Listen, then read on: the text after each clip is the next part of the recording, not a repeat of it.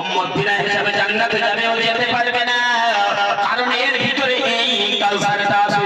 আমার আব্বা যেটা আমরা এখানে আরেকটা বিশ্বাস করি, সামনে একটা দিন এসেছে, আমাদের সামনের দিনটা খুবই খারাপ। আরে ভাই, জালেমের দ্বারাও জাতির উন্নতি করিয়ে আল্লাহ দিনও দিতে পারেন। একবার জোরে বলেন, আরেকটু জোরে বলবেন না?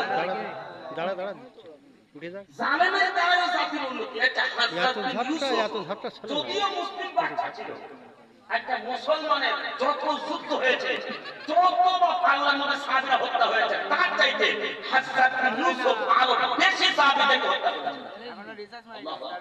আর সেই কিন্তু আমাদের কল্যাণমূলক কাজ করে গেছে কি, কোরআনের যে নোকতা আছে গেছে, এই নোকতা কিন্তু হযরত ইউসুফের আমলেই দেওয়া হয়েছে। বিরিয়ানি খাবি নাকি? বিরিয়ানির ইয়ে 7 হাঁড়ি বিরিয়ানি কত খাবি তুই? 7 হাঁড়ি বিরিয়ানি মিলাদের জলসাই খাওয়া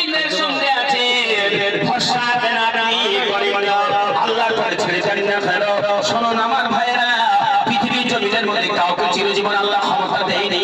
স্বৈরাচারী বাদশা যারা হবে, ফিরআউন স্বৈরাচারী ছিল, পৃথিবীর জমিনে টিকতে পারেনি। নমরুদ স্বৈরাচারী ছিল, বা পৃথিবীর জমিনের মধ্যে টিকতে পারেনি। ভালো করে আবু জাহেল স্বৈরাচারী ছিল, বিশ্বনবীর বিরোধিতা করেছে, অন্যায়ভাবে খারাপ ব্যবহার করেছে, দুনিয়ার জগতে টিকতে পারেনি। আমার জন্য ভালো করে শোনো, কত বাদশা এলো, কত বাদশা গেল, যারা মুমিনের সঙ্গে স্বৈরাচারী ব্যবহার করেছে, পৃথিবীর জমিনের মধ্যে কেউ কিন্তু টিকতে পারেনি। আমি বলি না, আল্লাহ পাক দিয়ে দিয়েছেন পৃথিবীর মুমিনেরা, আমি কাউকে রাজ্য দান করি, কারোর কাছ থেকে রাজ্য ছিনিয়ে নিই, কাউকে আমি ইজ্জত দান করি, কাউকে বেইজ্জতি করি। সুতরাং সমস্ত ক্ষমতা আমার হাতে। পৃথিবীর কাপড়ে তোমরা ভরসা করো। কোথায় কোরআনুল কারীমের মধ্যে সূরা দেখে নেন, বাবা তিন বার নাম্বার দেখে নেন, 3 আয়াত নাম্বার দেখে নেন, 26 সূরা নাম দেখে নেন, আলে ইমরান। রব্বুল আলামিন জানিয়ে দিয়েছেন, শুনুন,